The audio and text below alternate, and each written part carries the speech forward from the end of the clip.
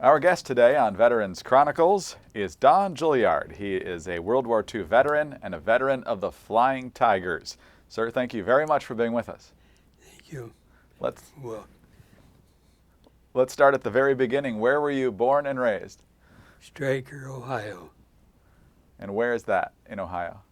It's the northwest part, right? Yeah, northwest part. It's about 30 miles from Toledo.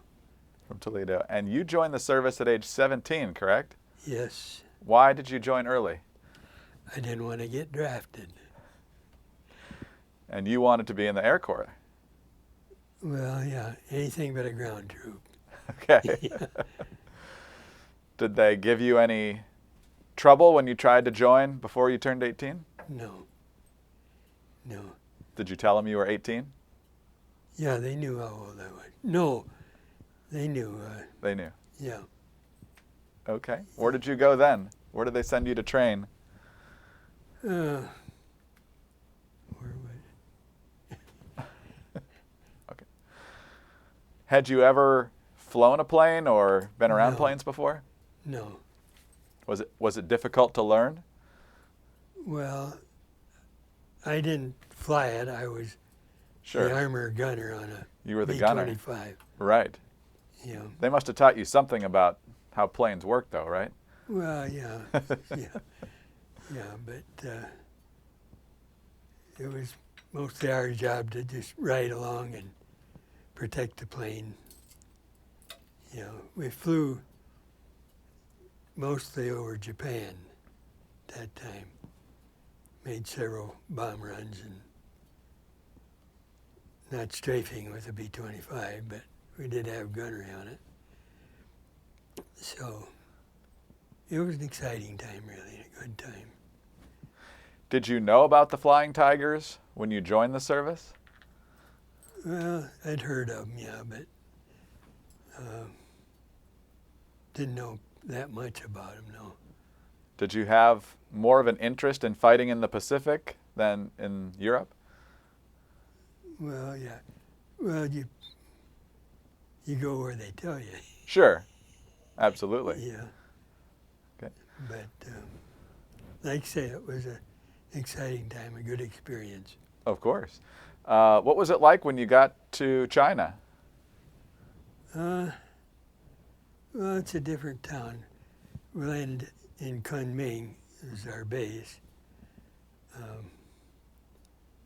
And it was a little different, but this is all a good experience for a young fella. Yeah. Tell me. Go ahead. So we flew quite a few missions out of there. I was the armor gunner, which was the tail gunner.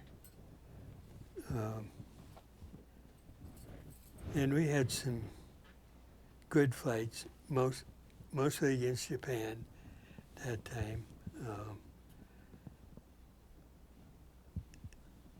Done some bombing runs. It was kind of exciting.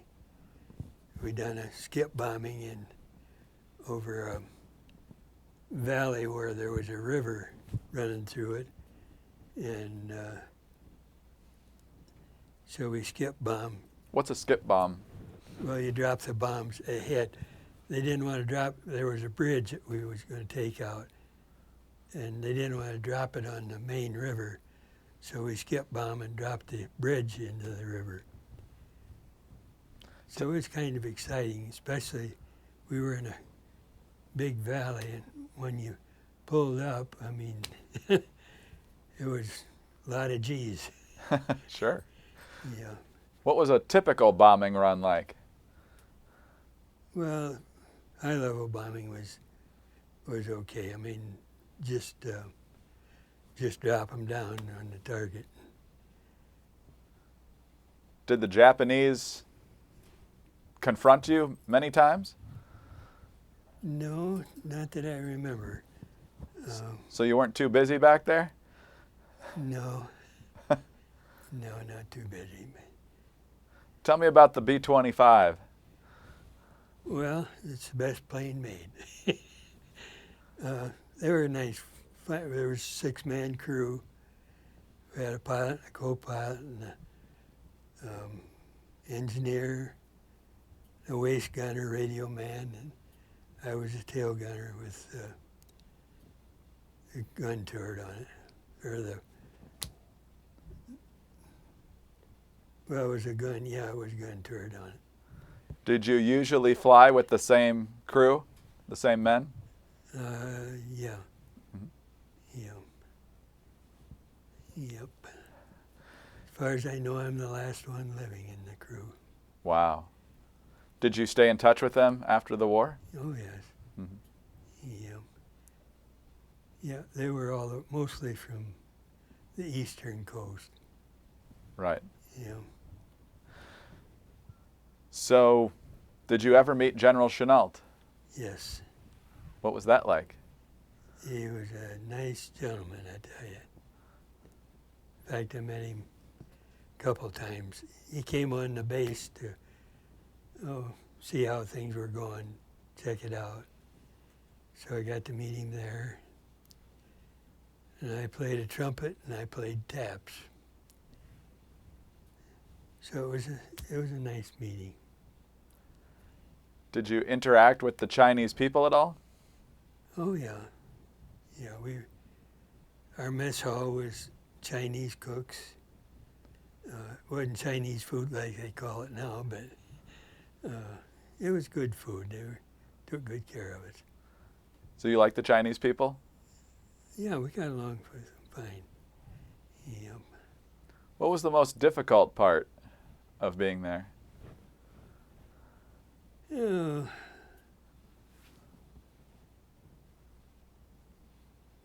don't know. It just, like I say, it was a good experience for a young fella. Were you able to keep track of how the war was progressing? Yeah, they had radio contact we could listen to.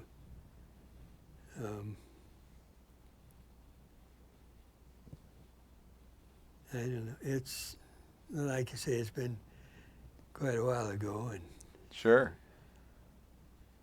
I don't remember like I used to, but I was glad I could do it. What were you there when the war ended? Were you in China when the war ended? Yes. What was your reaction to the bombs being dropped and the war ending? Oh, great feeling. Yeah. Yeah. Relief? Yeah. Yep. What do you think about the Flying Tigers and their contribution to the victory? Oh, they done real well. I mean, it was, they done a lot of good work in there, taking out, different things, where the war was on. They were a good outfit, the Flying Tigers. But they needed some help, so we helped them. Right. Yeah. Did you have any harrowing moments on your flights? I know you didn't have too many interactions with the Japanese, but were there any flights where there was mechanical trouble or anything like that? Biggest thing was dropping down that gorge. The skip bombing. Did you get the bridge? Yeah, I never knew it. I mean, we took right off. And the G's was so heavy. I mean, you couldn't look out hardly. But I met two fellows that were in Vietnam in the same area, and I asked them about if they knew about it. They says, yeah, there was a lot of iron in the river, so I knew we hit it. And there you go. yeah. How much room did you have as the tail gunner? Were you in a pretty confined space, or did you have some elbow room? Oh yeah, you had the elbow room. You sat on a small stool or whatever seat, and you watched from behind, and we'd have windows at the side too. So, How long did a bombing run to Japan take? Do you remember? How many hours?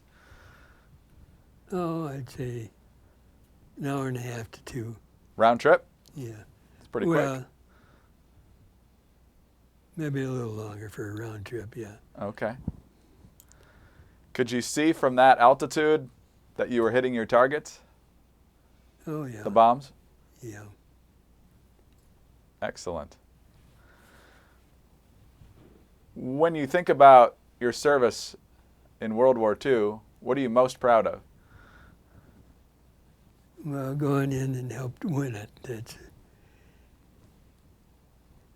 stopped the people that was trying to get rid of us and as much as we could.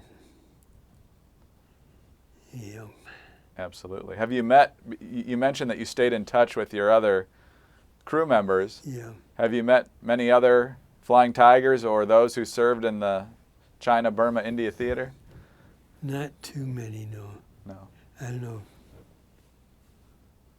Well, I'd say I met these fellas from Vietnam that was in Vietnam, talked to them, and there were other people too, I mean, veterans that was around that I talked to. Yep. What was this weekend like for you, being in the parade and seeing the memorials and so forth? That was a great experience. What did you like best about it? Well, what would it be, Tom? Yeah, The parade, probably? yeah, the parade was The real appla- nice. See all the people Yeah. applauding? Yeah. Did you get to meet some of the other World War II vets that were there? I talked to maybe some, not a lot, but yeah. Yep. So what did you do after the war? Well, I came back to my home in Stryker and farmed a while and with my father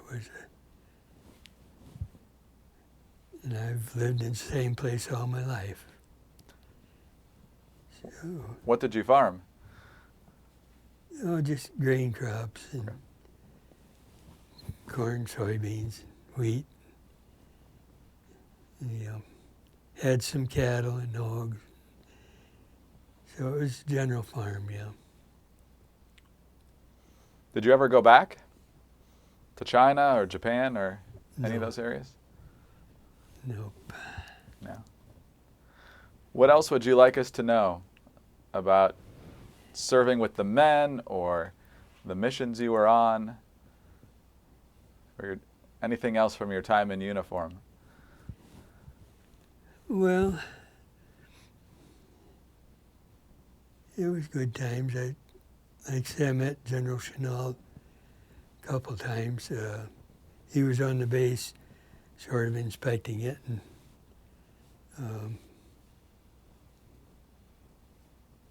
at the time, I was going somewhere, and I come back, and one of the fellows says, the chaplain wants to see you. And I thought, oh boy, that's not good news. So I went down and see him, and he says, I understand you play the trumpet. I says, yeah. He says, could you blow taps? And I said, yes. So I blew taps for the general, for the ceremony that he gave. Why was he so universally respected? What was it about him that everyone liked so much and admired? Oh, well, he was a genuine fellow. I mean, he was real nice, not, he'd talk to anybody, and it was nice to talk to. But a good commander as well. A good commander, yes. Why do you think he was a good commander? Well, he knew his job. And like I say, he was very verbal with anybody that he met. What did they do to train you? Do you remember? Well, It's hard to say. I mean, just taking it out and showing you what your job was. Flew with probably other crews that was more experienced, and so you learn. Did they ever have you fly anywhere else besides from China to Japan? Did you ever have to fly over the Himalayas, for example? No, No? Okay. not that I remember. Okay. Yeah. No, it was mostly Japan. Do you have any idea how many bombing runs you did? Oh, gosh. I don't. Probably maybe 10, 12, I don't know. Okay. Yeah. Very effective. Yeah. Well, and you were there for the decisive time, right, leading up to the end of the war. Yeah. So, critical time in American history, and you had a front row seat. Yeah. Or a back seat, I guess. Back seat or whatever, yeah. In the But I back of say for a young man, it was good experience. So you were just 20 years old when the war ended then, right? Yeah. Wow. Yep. Exciting times. Yep. But I'd probably do it again if we had the same chance, but I hope we never do. That's certainly true. Yeah. Was that the feeling from your friends at the same time, once Yeah. Pearl Harbor happened, that you had to get involved? Yeah.